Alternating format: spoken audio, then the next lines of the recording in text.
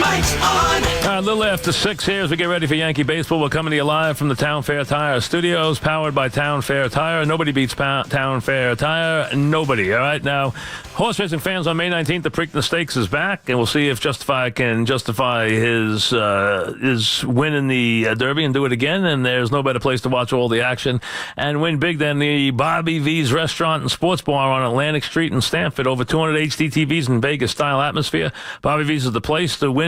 So make your reservation. Visit Bobby V's Restaurant. Go to BobbyV'sRestaurant.com. That's BobbyV'sRestaurant.com. As we said, Yankee baseball right around the corner on this Friday afternoon. Sean in Staten Island. What's up, Sean?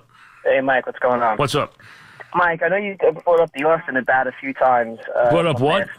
The Austin at bat from last night. Yeah. You keep bringing up, Mike. That's not the reason why the Yankees lost. No, but that was a bit. Listen, they had a chance to really break that, to change that game right there. It just infuriated me that guys don't situational hit anymore. They just don't do it. They don't take pitches ever, and that just drives me crazy. I agree with you on that. I didn't say that's why they lost. They lost because they lost because Boston beat them. That's fair and square. Well, they beat them. Does it infuriate you that the chances still gets thrown into these tie games, or if they're ahead, and he continuously does not come through? Listen, that was not a case of a pitcher getting beat last night. That is a pop-up. If a guy gives up a home run, so be it. Anybody can give up that fly ball. It just went in the wrong spot in the ballpark. That's not. Listen, there's a way you get beat. You know, you get beat on a home run, you get beat. That's a pop-up. I mean, it happens. The guy.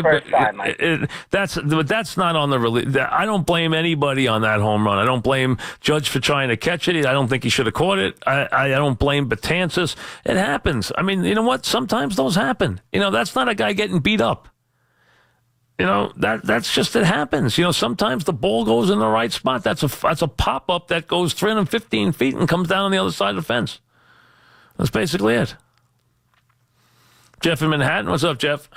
Hey, Mike. How you doing, buddy? What's happening? Nothing much. I went to the Tiller Center for your retirement tour. Good. I feel that now you're back. I feel a little abused and taken advantage of. You took it. You feel like you get. Why, it wasn't a good show? Hey, but you're back. You did a retirement tour. Well, you know what? A lot of guys unretire. You know, a lot of guys. I didn't sign a oath that night that I was never coming back to work again. You know. You coming back? You said you were going to work, but not come back to the fans. Well, what's the difference? Come on, man. You're a grown man. You're an adult. Don't you have any shame? Are you serious, right? Is there any shame about? Wait a second. So wait a second. Did you get a good show or not? Did you think that night that you were never going to see me again? I didn't think I'd see you on the fan. Well, what would have happened if you saw me on another station in New York? Would that mean I also did something wrong? You were bragging you weren't doing radio no more. You aren't going to do radio no more. You're looking to do something different. I am going to do something different. I am planning to do something. I'm doing something very different. I intend on doing something very different. Oh, you intend taking more money from your fans? I've never taken a cent from my fans. I've never asked them to buy something or what. You went there and you got a good show, and that's all you. And you know what? I'm sure you enjoyed it. Excuse me? I want to buy an app. That's why you're back. I am back, and listen, why are you listening then? Listen, I just called to break your laws. It would be funny. I don't mind. You know what? As long as you're listening, you're listening. So that's it. That's the bottom line. You know what? I'm not worried about it. You're the one worried about it. I have no problem.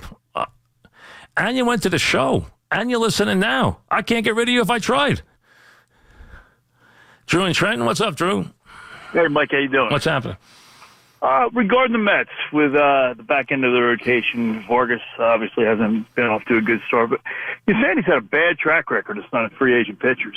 I mean, and Vargas looks like another one's going to add to the list. I can't argue. He's done a lousy job building bullpens, and listen, it's only 3 starts. I don't want to end anybody's year on 3 starts, but it could not be 3 worse starts. So it looks awful right now.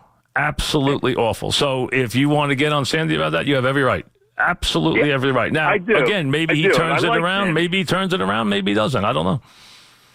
he was terrible the second half of last year, Vargas. And so I don't know if they thought they were just going to, with Callaway, they're going to turn him around. But understanding is that their coaches evidently pushed very hard to get him. So, I mean, that was at least that's the scuttlebutt you hear. So maybe they were influenced by that. Listen, again, right now, he doesn't have a leg to stand on. If things don't get better, it will go down as one of the really poor signings. I can't disagree with you. And he's also done a lousy job building the bullpen. So I agree with you again.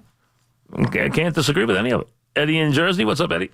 Hey, Mike, how you doing? Welcome What's happening? back. Thank you. Hey, question. With the Mets and the Yankees never making trades, and now they trade Harvey to the Reds, do you think there's a chance that the Yankees will go after him? Why would the Yankees do with him?